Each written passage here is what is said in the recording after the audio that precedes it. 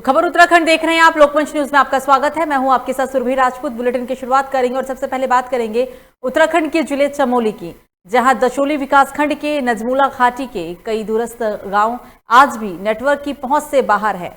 यहां पर पढ़ने वाले सैकड़ों बच्चों का भविष्य अंधकार की ओर अग्रसित है, क्योंकि कोरोना महामारी में 1.5 साल से स्कूलें बंद पड़ी हुई है और इसी दौरान सरकार द्वारा ऑनलाइन शिक्षा पर जोर भी दिया जा रहा है। लेकिन दूरस्थ गांव के बच्चों के लिए ये महज एक खबर ही मात्र है। इन्हीं गांव में सुमार का एक गांव तड़ाकताल है, जहां पर करीब 70-80 परिवार रहते हैं, जो कि ग्राम गौना के निवासी हैं और बरसात के समय 6-7 महीने के लिए यहां रहते हैं। लेकिन यहां पर नेटवर्क बिल्कुल भी नहीं है।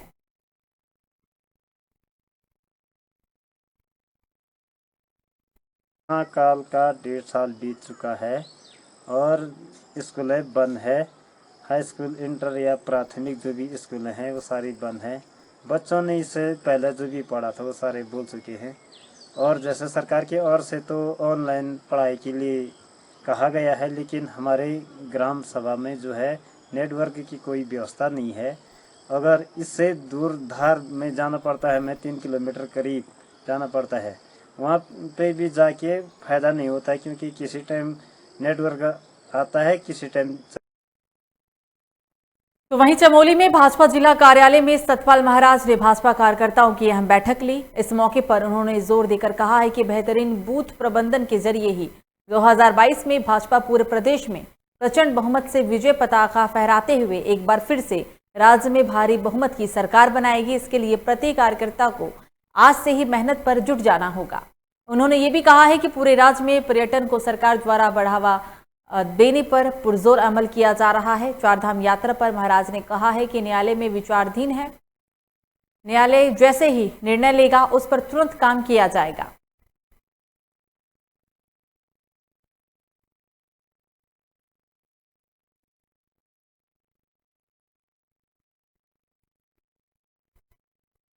जब मैं कल यहां आ रहा था तो खाकरा बंद हो गया, मुझे ऊपर से आना पड़ा।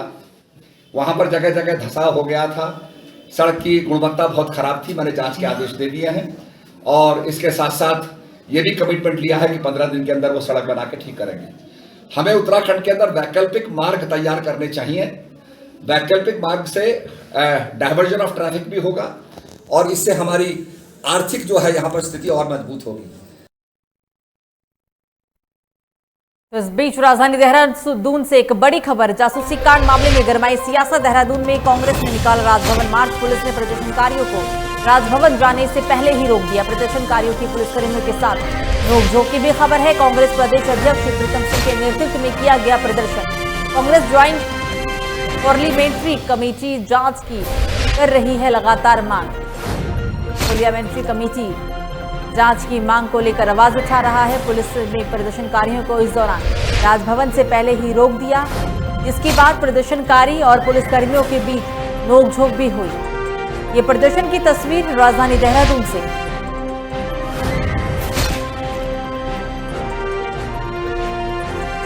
तो दिन प्रतिदिन जासूसी कांड मामला गरमाता हुआ नजर आ रहा है। जासूसी कांड को लेकर सियासत गर्मा गई है। देहरादून में भी कांग्रेस ने राजभवन पर मार्च निकाला। इस दौरान पुलिसकर्मी और प्रदर्शनकारियों के बीच नोकझोंक भी हुई।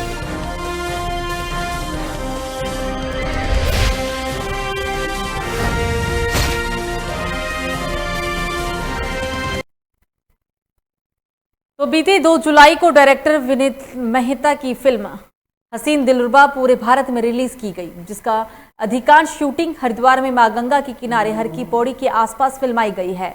फिल्मों में दर्शाए गए कुछ आपत्तिजनक दृश्यों से नाराज हिंदू जागरण मंच महानगर की टीम ने डायरेक्टर विनील मेहता, अभिनेता विक्रांत मैसी और अभिनेत्री तापसी पन्नू का पुतला दहन कर विरोध जताया है। आपको बता दें कि फिल्म में अभिनेता विक्रांत मैसी को दोस्त के साथ गंगा घाट पर बैठे शराब पीते हुए दिखाया गया है।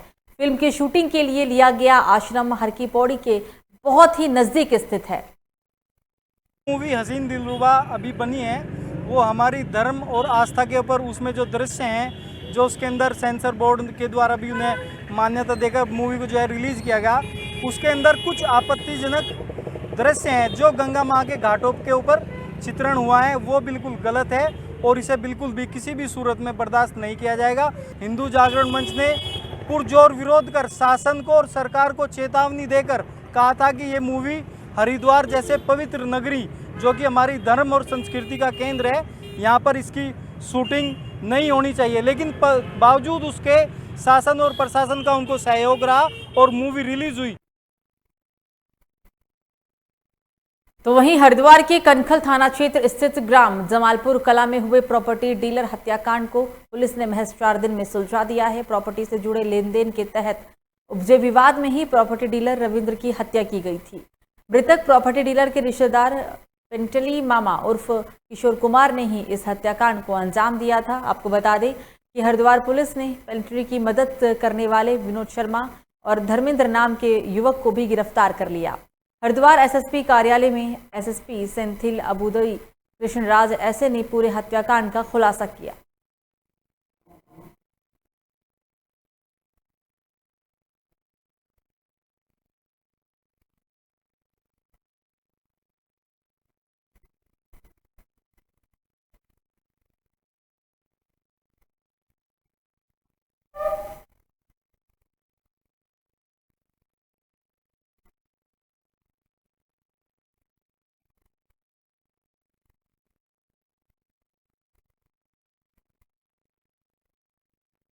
जुलाई का रात में जो है थाना कनकल में जगदीशपुर चौकी क्षेत्र में एक रविंदर करके व्यक्ति का जो है हत्या कर दी गई है। उनका वाइफ श्रीमती राजबाला का तहरीर के आधार पर जो है हमने तत्काल रूप से मुकदमा कायम किया और टीम गठित करके इसमें कार्रवाई करते आ रहे हैं। इसमें जो है कल हमें सफलता मिली। इसमें 3 लोगों को हमने गिरफ्तार किया है। इसमें पेनाल्टी मामा उर्फ शिव कुमार जिसने गोली मार कर उनकी हत्या की है, ये जो है मृतक का रिश्तेदार में भी आता है, और एक विनोद शर्मा जिसने जो है इनको लेके जाकर अपने गाड़ी में जो है लेके जाके इनका जो हत्या को मदद करी, और तीसरा है धर्मेंद्र जिसका घर से जो है ये हत्या के बाद जो है ये पेनाल्टी ने जाके जो है अपने हथियार को छुपा कर रखा है। 3 लोगों को गिरफ्तार किया है हमने, और इसमें हत्या का प्रयुक्त हसला जो 315 बोर का तमंचा और उसका कारतूस और घटना का दौरान जो पहना गया टी-शर्ट इसको हमने रिकवर कर दिया है, और जो है इनका गिरफ्तार करके अभी माननीय न्यायालय में रिमांड के लिए भेज दिया।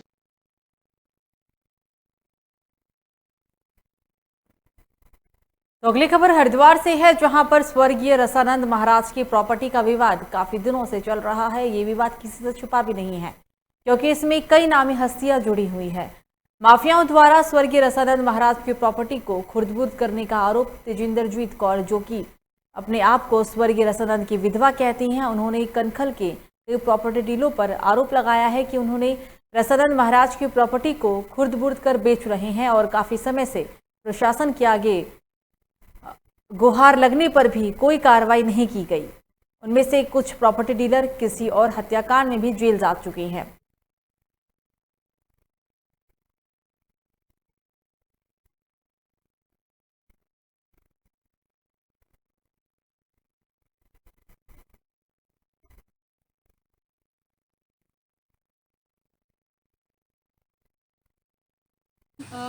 रसानंद महाराज जी की प्रॉपर्टी को जबरन कब्जा करके और अब वो बेचना शुरू कर गया है। मैं एसएसपी के साहब के पास आज ज्ञापन और देने आई हूँ और तहरीर देने आई हूँ। यहाँ पे एसएसपी साहब ने जांच के लिए आदेश किए हैं। वैसे तो ऐसी जांचें बहुत पहले भी मैं आई हूँ और बहुत सारी जांचों का आश्वासन मुझे दिया गया है, और आज तक किसी भी जांच का कोई भी जवाब और कोई भी रिवर्ट मुझे आज तक नहीं आया है। लेकिन फिर भी मैंने देहरादून 1 दिवसीय भूख हड़ताल और धरना दिया था गांधी पार्क में, और वहाँ पे मुझे एक सबने बोला कि आप एक बारी और शासन के पास जाइए, अधिकारियों के पास आप अपनी लेकर जाइए अपनी एप्लीकेशन। दोबारा 1 साल बाद एक जांच का मुझे आश्वासन मिल गया है। अब देखते हैं जांच कब तक आता है। उन्होंने एक प्रार्थना पत्र जो है हमारा पास दिया है कि कोई इनका जमीन संबंधित मैटर है, इसमें जो है इनका जमीन के बिना इनका अनुमति किसी ने सेल कर दिया करके, उस पर जो है अभी हम जांच कर रहे हैं। किसी को सिटी को जांच मांग किया है, इसमें जैसा तत्व आता है उस आधार पर आगे कर रहे हैं।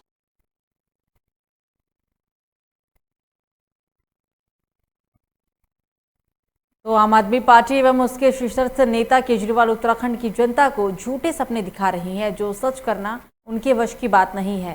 ये बात यहां पर नगर पंचायत के पूर्व अध्यक्ष एवं वरिष्ठ भाजपा नेता पवन चौहान ने कहा। आपको बता दें, उन्होंने ये भी कहा है कि आम आदमी पार्टी के संयोजक अरविंद केजरीवाल जनता के साथ छल और फरेब की राजनीति करते हैं और ना पूरे होने वाले झूठे वादे भी करते हैं, जो कि उनकी आदत में शुमार है। उन्होंने ये भी कहा है कि भारतीय जनता पार्टी ही एक ऐसी पार्टी है जो अपने द्वारा किए गए सभी वादे को पूरा करती है। हमारी सरकार ने जो भी वादे किए हैं उनको 100% पूरा किया गया और बचे हुए कार्य अभी भी किए जा रहे हैं।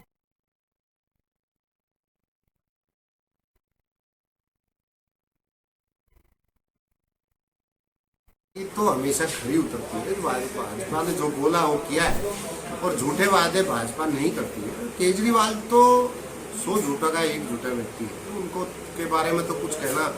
और उत्तराखंड में आकर के लोग उनको आज उनका मजाक ही तो उपास तो उड़ा रहे हैं केजरीवाल जी का। जो ये अभी से उन्होंने कार्ड बांटने शुरू कर दिए हैं, जैसे उनकी सरकार आ गई होगी, जैसे बिल आ गए होंगे, उनका कार्ड पैसे दे देगा, तो ये लोगों को मूर्ख बना। जैसे माननीय हरीश रावत जी ने पिछली बार कार्ड बांटे थे स्वास्थ्य के लिए, वो किसी काम के नहीं थे। तो इसलिए ये झूठी बातों में जनता नहीं आने वाली है। और केजरीवाल को तो लोग वैसे ही समझ गए हैं कि उनको सिवाय लोगों को मूर्ख बनाने के और कोई काम नहीं आता है उनको। तो इस बीच लक्सर से एक बड़ी खबर सामने आ रही है। आज से कई ट्रेन 4 दिन तक रहेंगी रद्द। कई ट्रेनों का बदला गया है रूट। 28 जुलाई तक के लिए बदलाव किया गया। करीब 45 ट्रेनों का संचालन प्रभावित हुआ। कई रेलगाड़ियों को रूट संचालित किया जाएगा। तो आपको बता दें कि आज से कई ट्रेनें 4 दिन तक के लिए रद्द रहेंगी। कई ट्रेनों का इसमें रूट भी बदला गया है और ये रूट 28 जुलाई तक बदला गया है। 28 जुलाई तक कई ट्रेनों में बदलाव किए गए। करीब 45 ट्रेनों का संचालन इससे प्रभावित हुआ। कई रेलगाड़ियों को रूट संचालित किया जाएगा।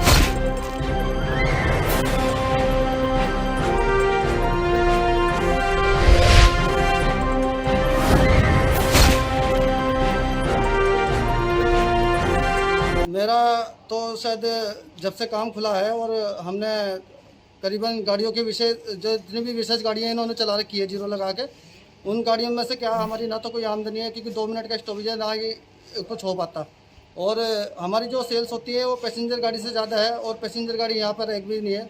और ऊपर से ये गाड़ी का बंद होने का जो अभी हमारे पास में आदेश आया है, जो सुना है हमने, और उसके कारण हो सकता है और ज़्यादा हमारी जो इतनी भी जो सेल हो रही थी उसके भी ऊपर। तो लक्सर के खानपुर में वैक्सीन की किल्लत। लक्सर और खानपुर में नहीं लग सकता है अब कोरोना का पहला टीका। नहीं लग सकेगा कुछ दिन के लिए कोरोना का पहला टीका। जिले में वैक्सीन खत्म होने की सूचना भेजी गई। जिले से वैक्सीन मिलने की नहीं है फिलहाल कोई भी उम्मीद। वैक्सीन मिलने पर लगेगा पहला टीका। जहां कोरोना की तीसरी लहर आने को है, उसी कड़ी में आपको बता दें कि अब लक्सर के खानपुर में वैक्सीन की किल्लत देखने को मिली है। लक्सर और खानपुर के अंदर कोरोना का पहला टीका कुछ समय तक नहीं लग पाएगा। जिले में वैक्सीन खत्म होने को लेकर सूचना हालांकि जारी कर दी गई है। जिले से वैक्सीन मिलने की कोई भी उम्मीद फिलहाल नहीं दिख रही। वैक्सीन मिलने पर ही लग पाएगा पहला टीका।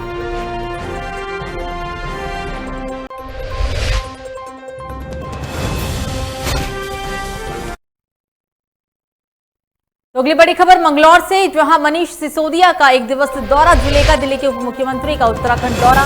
नारसन बॉर्डर पर पहुंचे हैं आप कार्यकर्ता। जहां नारसन बॉर्डर पर मनीष सिसोदिया के पहुंचने के बाद आप कार्यकर्ताओं ने भव्य स्वागत किया। जीवन दीप आश्रम में चल रहे हैं। सतचंडी यज्ञ में शामिल भी होंगे। आपको बता दें कि दिल्ली के उप मुख्यमंत्री मनीष सिसोदिया का 1 दिन का उत्तराखंड दौरा है, क्योंकि उत्तराखंड में 2022 के दौरान विधानसभा चुनाव होना है। 2022 में विधानसभा चुनाव उत्तराखंड के अंदर, और इसी को देखते हुए ये दौरा काफी अहम भी माना जा रहा है। नारसन बॉर्डर पर दिल्ली के उप मुख्यमंत्री मनीष सिसोदिया पहुंचे, जहां पर कार्यकर्ताओं ने उनका जोरदार स्वागत किया। ये आप तस्वीर देख रहे हैं नारसन बॉर्डर की, जहां पहले से ही सैकड़ों कार्यकर्ता मौजूद थे और उप मुख्यमंत्री के पहुंचते ही सभी कार्यकर्ताओं ने उन्हें माला पहनाकर उनका जोरदार स्वागत किया।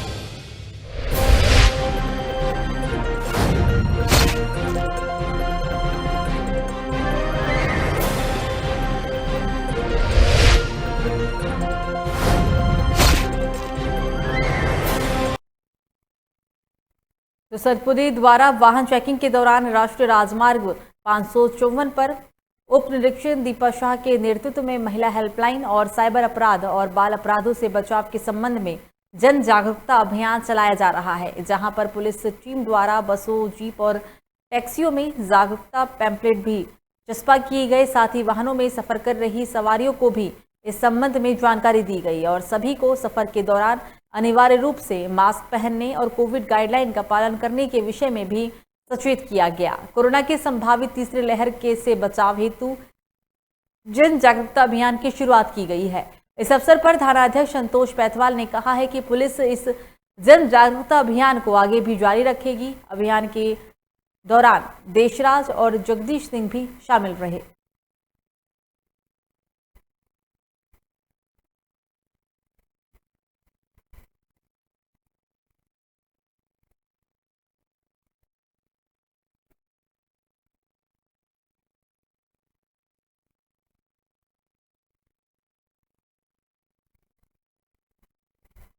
तो पौड़ी गढ़वाल से अगली बड़ी खबर, हरेला महोत्सव के तहत 300 पौधों का किया गया पौधारोपण। वृक्षारोपण कार्यक्रम जोरों पर है।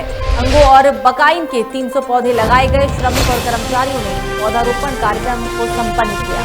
तो आप ये पौधारोपण की तस्वीर पौड़ी गढ़वाल से देख रहे हैं, जहां हरेला महोत्सव के दौरान महोत्सव के तहत 300 पौधों का रोपण किया गया।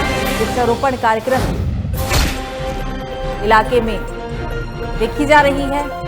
अंगू और बकाइन के 300 पौधे लगाए गए। श्रमिक और कर्मचारियों ने पौधारोपण कार्यक्रम को सफल किया।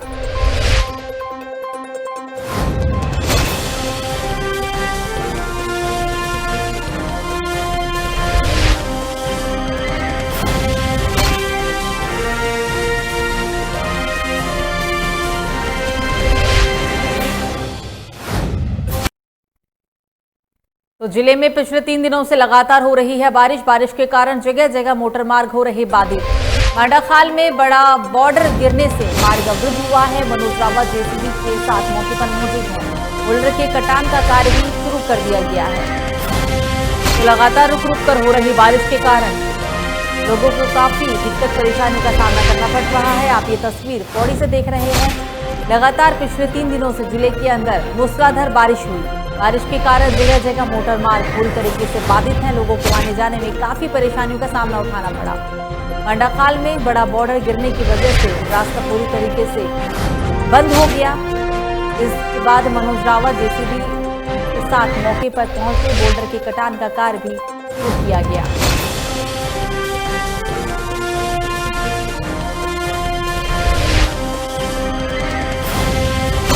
किलोमीटर 52 में मांडाखाल से लगभग 8 किलोमीटर नीचे चट्टान गिरने के कारण सड़क पूर्णतः बंद हो गई है। चट्टान को हटाने का कार्य किया जा रहा है। मार्ग को यातायात हेतु कल शाम तक संभवतः खोल दिया जाएगा। कार्य लगातार प्रगति पर है।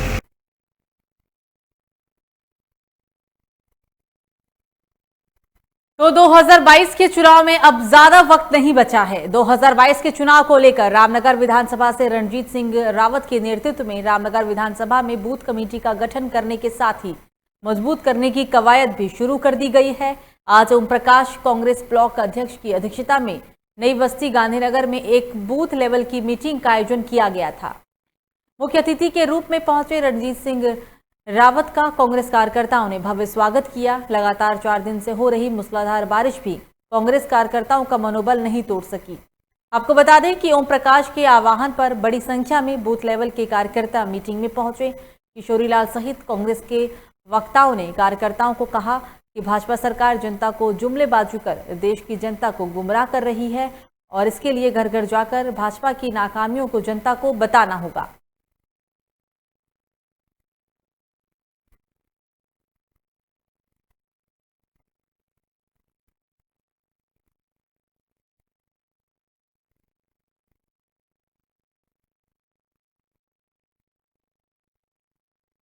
विधानसभा क्षेत्र में हमारा बूथ कांग्रेस कमेटियों के गठन का काम चल रहा है, जिसमें हम वर्तमान सरकार की विफलताओं को और कांग्रेस की नीतियों को लोगों तक पहुंचा रहे हैं। अपनी बूथ कमेटियों को प्रशिक्षित कर रहे हैं किस तरह उन्होंने लोगों को जोड़ना है। और जो आज ख़ास तौर पे आर्थिकी देश की नीचे जा रही है, रोज़गार ख़त्म हो गए हैं, महंगाई बहुत ज़्यादा बढ़ गई है और गरीबों के उत्थान की जो योजनाएं थी उनमें सरकार ने योजनाएं तो चला रखी लेकिन उनमें पैसा नहीं है। तो रुड़की में जीवन दीप आश्रम पहुंचे हैं आप नेता मनीष सिसोदिया। शतचंडी महायज्ञ में यजमान के रूप में उनकी भागीदारी भी होगी। महामंडलेश्वर स्वामी विदितानंद गिरी जी महाराज का उन्होंने आशीर्वाद लिया और इसके बाद एक सप्ताह से शतचंडी महायज्ञ का भी आयोजन किया जाएगा। उप मुख्यमंत्री के साथ कर्नल कोशियार भी मौजूद थे।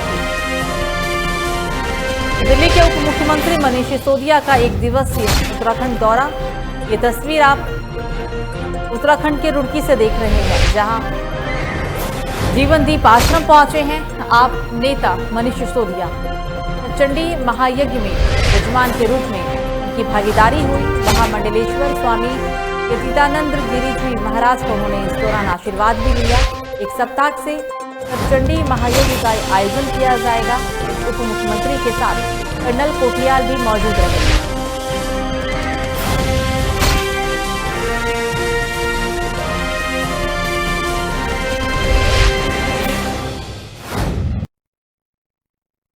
तो 11 सूत्रीय मांगों को लेकर देवभूमि उत्तराखंड सफाई कर्मचारी संघ के प्रदेश स्तरीय आह्वान पर नगर पालिका परिषद सितारगंज में सफाई कर्मचारियों का चौथे दिन भी धरना प्रदर्शन जारी रहा। बता दें, नगर पालिका अध्यक्ष हरीश दुबे ने मीडिया से कहा है कि प्रदेश व्यापी पर्यावरण मित्रों की चल रहे आंदोलन को जायज ठहराते हुए आज पालिका अध्यक्ष हरीश दुबे पालिका परिसर में बैठे स्थानीय पर्यावरण मित्रों से मिलने के लिए आंदोलन स्थल पर वो पहुंचे हैं। आंदोलन स्थल पर उन्होंने कहा है कि सरकार को हठ धर्मिता छोड़कर सफाई कर्मियों की जायज मांगों को शीघ्र ही पूरा करना चाहिए, क्योंकि सरकार की हठ धर्मिता के कारण न केवल सफाई कर्मी बल्कि अब जनता भी परेशान होने लगी है। अगर सरकार ने सफाई कर्मियों के आंदोलन को गंभीरता से नहीं लिया तो जल्द मांगे पूरी नहीं की गई तो यहाँ आंदोलन जन आंदोलन बन जाएगा और जनता भी सफाई कर्मियों के समर्थन में उतर जाएगी। सरकार के खामियाजा जो सरकार की कमियां हैं उसका खामियाजा आज हमारी जनता भुगत रही है। जो सफाई कर्मियों की प्रदेश स्तरीय जो आंदोलन चल रहा है उनकी मांगें बिल्कुल जायज़ हैं, हम उनकी मांगों को समर्थन करते हैं। सरकार के कान पे जू नहीं रही है। सरकार को चाहिए था कि पहले दिन ही जो है कि बुलाकर इनके प्रदेश स्तरीय नेताओं से वार्ता करनी चाहिए थी। देवभूमि के जो ये बैनर तले आंदोलन चल रहा है सफाई कर्मियों का, हमारे तत्काल सरकार को इस पर गंभीरता दिखानी चाहिए और बुलाकर इनकी मांगों को, जो जायज मांगे हैं इनकी, ठेकेदारी प्रथा समाप्त हो जानी चाहिए। जो आदमी काम कर रहा है उसको वेतन, सरकार से वेतन मिलना चाहिए, सरकारी व्यक्ति कहलाना चाहिए। मोहल्ला स्वच्छता समिति वाली मांग लंबे समय से चली आ रही है, हमारे यहाँ बोर्ड में प्रस्ताव भी पास है, हमने वो भी शासन को दिया है, लेकिन शासन जो है कि अनदेखा कर रहा है और ये अनदेखा भी शासन के लिए भारी पड़ने वाला है। अगर जल्द इनकी मांगे पूरी नहीं करी तो अब जनता भी सड़कों पर उतरकर जो है सफाई कर्मियों के साथ रहेगी और सरकार के खिलाफ आंदोलन करेगी। तो उत्तरकाशी के गंगा घाटी व यमुना घाटी पर लगातार हो रही बारिश 2013 की आपदा जैसे हालात से डरे सहमे हैं लोग। धरासू यमुनोत्री राष्ट्रीय राजमार्ग पर जगह जगह भूस्खलन भी हुआ, जगह जगह हो रहा है राजमार्ग बाधित। जिला प्रशासन और राजमार्ग विभाग पूरे अलर्ट मोड में।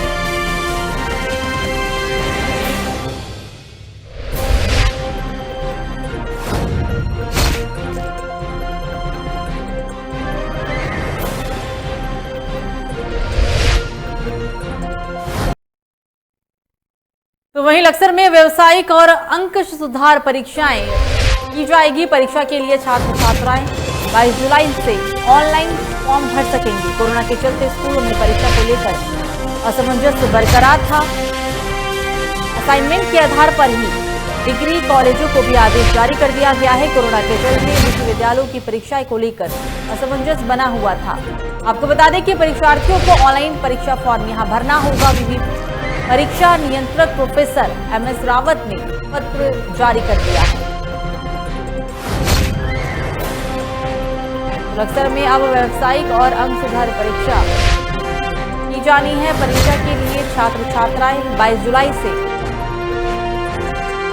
आवेदन भर सकेंगे। बीते 22 जुलाई से ही अब छात्र छात्राएं आवेदन भर सकेंगे। बताते चले कि कोरोना के चलते परीक्षा को लेकर अभी तक असमंजस बरकरार था, लेकिन अब अंक सुधार की जो परीक्षा की तिथि है वो बहुत जल्द ही जारी कर दी जाएगी। फॉर्म ऑनलाइन भरने के लिए 22 जुलाई से छात्र छात्राओं के लिए आवेदन निकाल दिए गए हैं।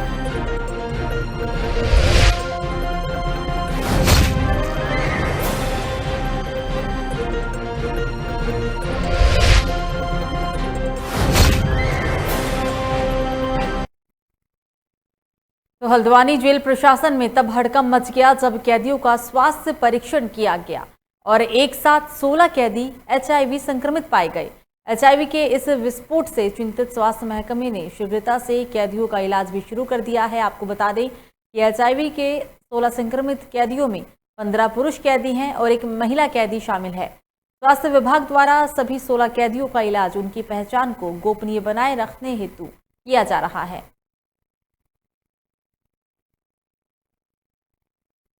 हाँ, ये हमारे यहाँ रूटीन प्रक्रिया है जांच करने की बंदियों की।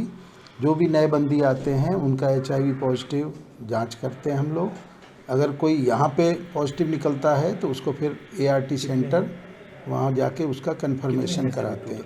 अभी यहाँ पर 16 लोग हैं जिसमें 15 का रजिस्ट्रेशन हो चुका है। एक महिला है, वो वेस्ट बंगाल से शायद रजिस्ट्रेशन है, उसकी दवा चल रही थी, उसने हम लोगों को बताया नहीं, इसलिए उसका अभी रजिस्ट्रेशन नहीं हो पाया, लेकिन उसका ट्रीटमेंट चल रहा है। तो फिलहाल बुलेटिन में मुझे दीजिए इजाजत। लोकमंच न्यूज़ पर खबरों का सिलसिला जारी रहेगा। नमस्कार।